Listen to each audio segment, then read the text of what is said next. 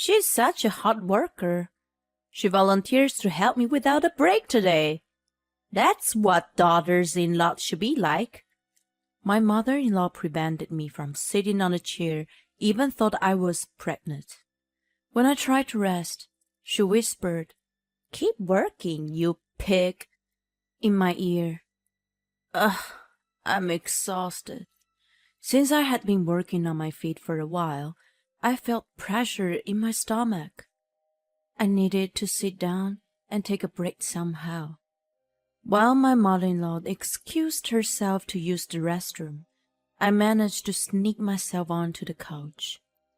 I was planning to get up before she returned.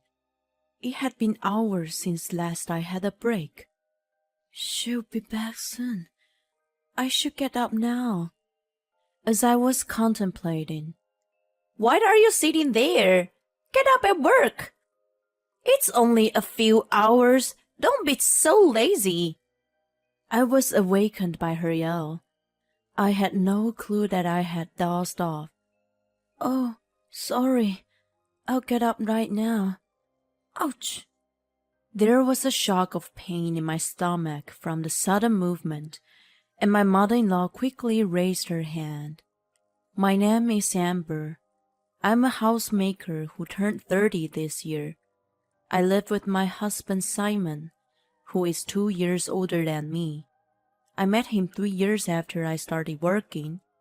A friend of mine from university was having drinks and invited me to join her. He happened to be sitting next to me at the bar. At first, I was skeptical of him, but he turned out to be the down-to-earth guy, and we ended up hitting off. We exchanged our numbers and gradually became closer. We became official 6 months later and got married after 3 years of dating. I quit my job when we got married, and now I'm solely responsible for the housework. It was never my desire to be a full-time housewife, though.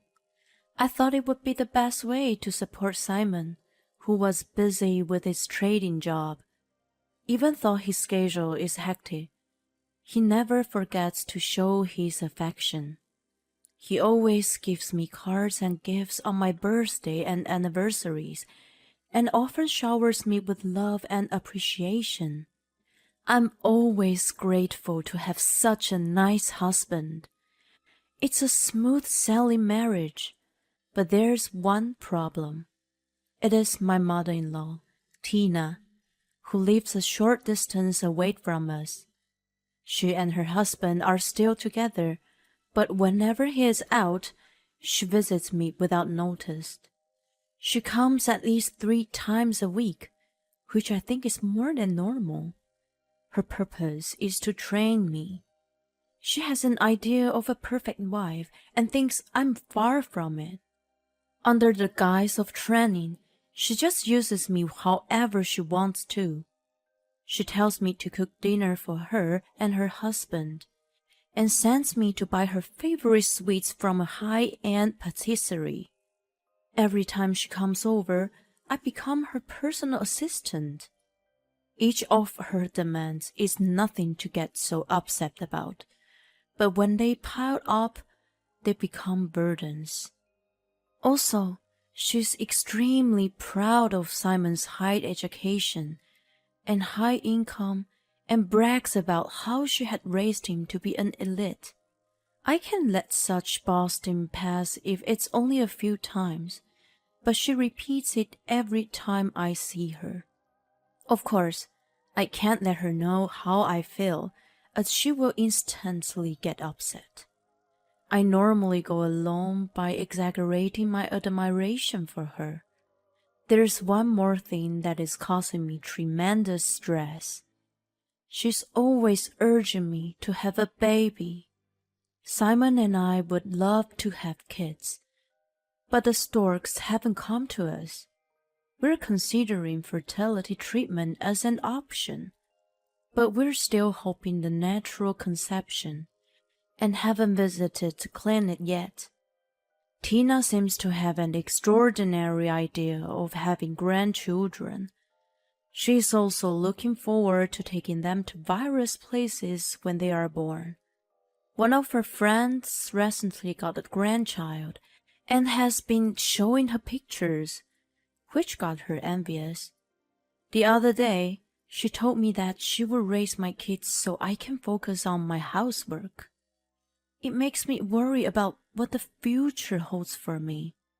Then one morning, I woke up feeling ill. I don't have a fever, but I feel nauseous and don't have much of an appetite. After Simon left for work, I rest for a while, but I am not getting better. I'm worried, so I decided to go to hospital in the afternoon. The doctor there tells me that I'm pregnant. I call Simon as soon as I get home. Hey, hon.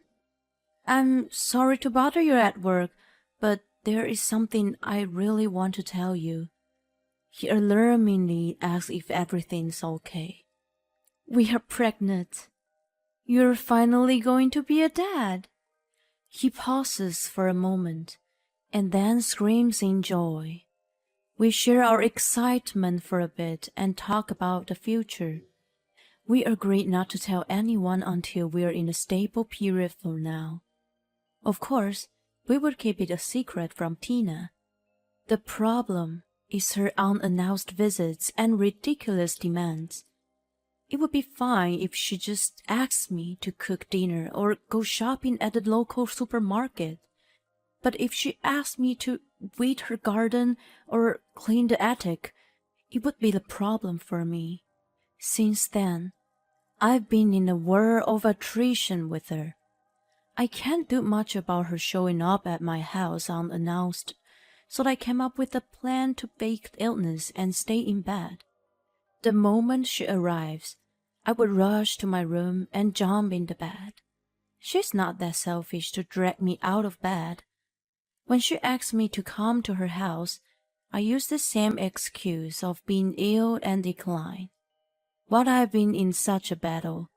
I finally entered a stable period. It's about time for my belly to start showing. Simon and I had been discussing when to announce it. Then I received a call from Tina. Oh, hi. If you're there, pick up the phone faster. You're really slow. Sorry, what's going on with you today?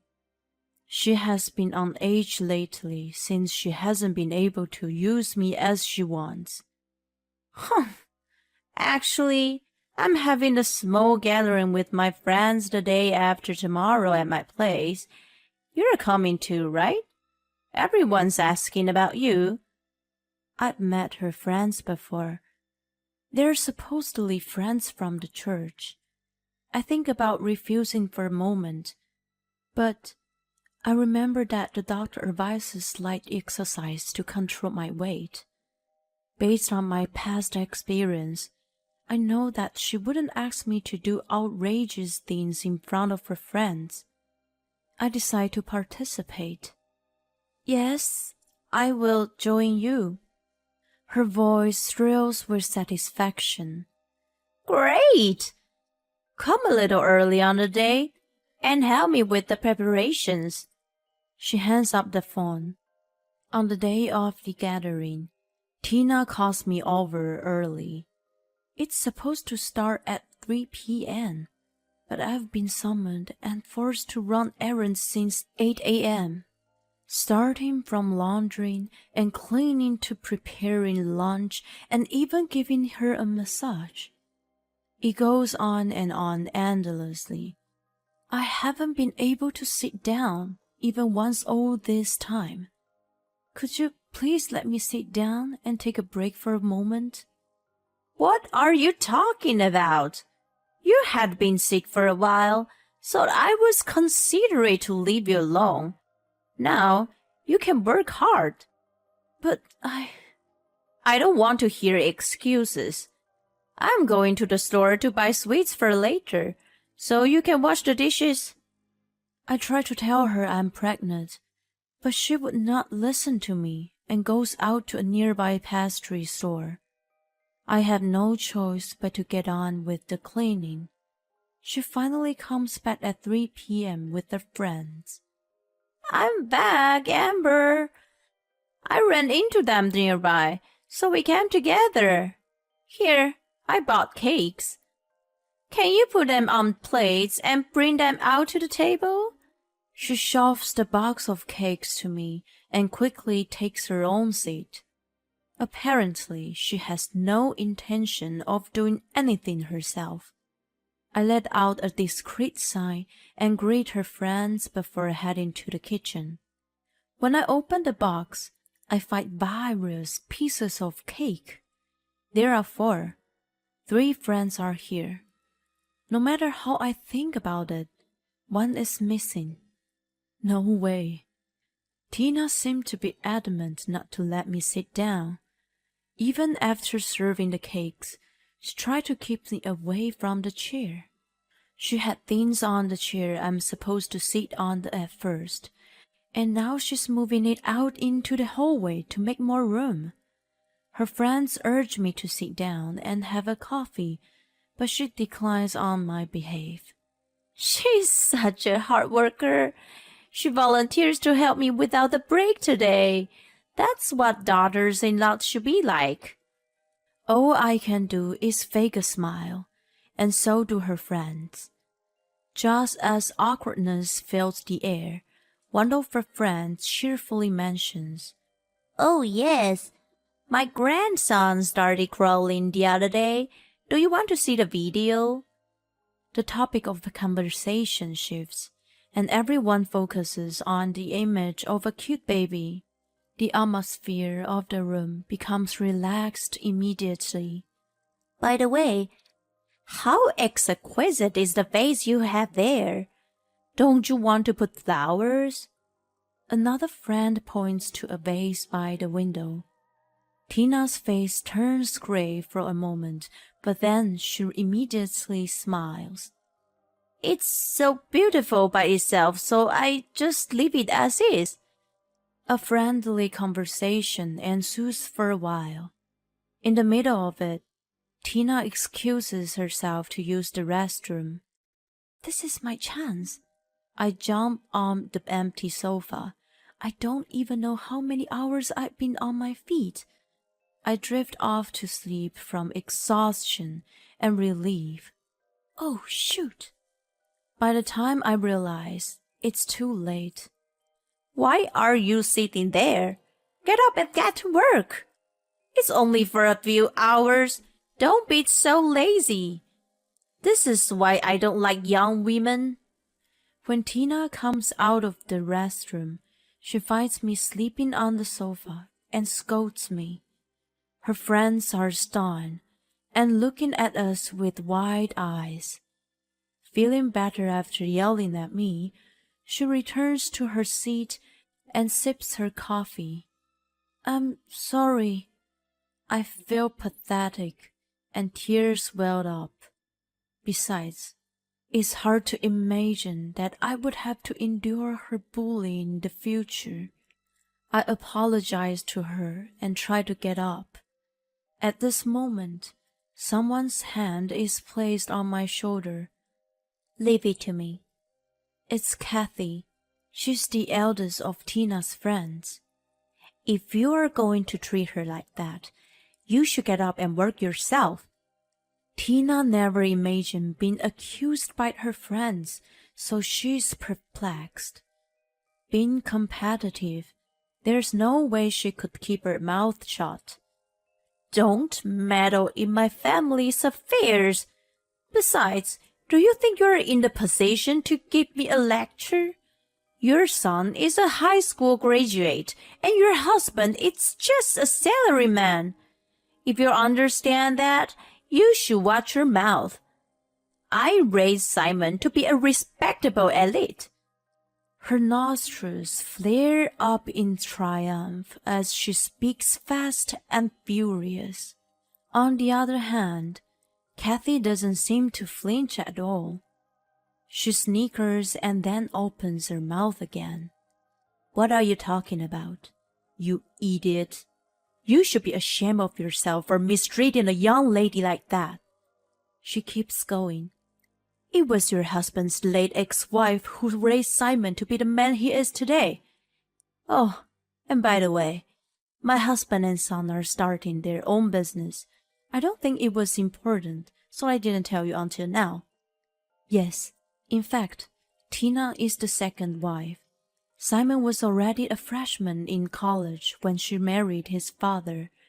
He was already living alone in a dorm, so he had never been taken care of her. What the heck? You all make fun of me! She's losing it as her sore spot is rubbed. She stands up, slamming the table with all her might. I hate this thing! She screams, and at the same time throws down the vase by the window on the floor. A loud sound of shattering glass echoes, and the vase breaks into pieces. Everyone gasps in unison.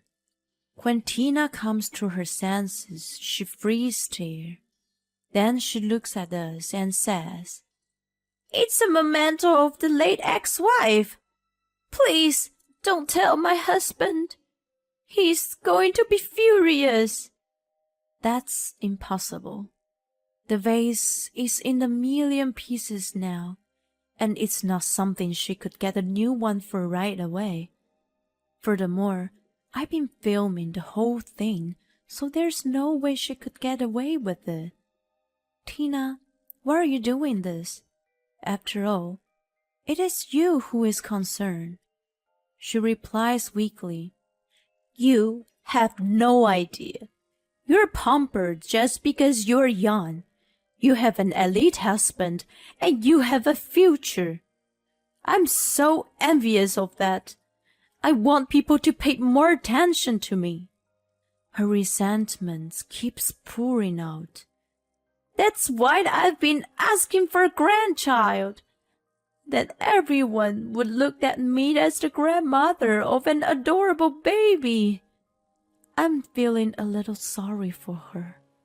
Maybe she is a lonely person. Actually, she glares at me as I try to tell her something. This is all your fault. You're a failure who can't even conceive. Get down on your knees and apologize for the mess you created. Now I'm a fool for feeling even a little sympathy for her. If she apologizes and changes her mind, I will be able to let this go peacefully, but I guess not. I ask her friends to leave and wait for Simon and my father-in-law to return. Once all of us are gathered, I tell them the details of the day's events and show them the recording. Simon is furious with Tina for making me work without a break and yells out, She's pregnant! Are you serious? You're having a baby? Oh no! If you had told me earlier, I wouldn't have done this. Upon learning the pregnancy, she finally regrets what she has done. That means I'm finally going to be a grandma. Of course, you will let me babysit, right? Please, I'm going to be a good grandma. Her attitude turns upside down now, and she is wiggling and pleading with Simon, who shakes his head in disapproval. What are you talking about? I'm not going to let you see my precious child. Tina's so shocked that she collapsed to her knees and utters a sad cry. I've been told lately that my father-in-law filed for divorce. She intentionally and maliciously destroyed a memento of his beloved late ex-wife. She had been fed up with her pretentious and selfish way, so it was a good timing to separate himself from her. Not only did he file for divorce, he also demanded that she pay for the broken vase. This caused her to lose almost all of her modest savings. She was literally kicked out of her house with nothing.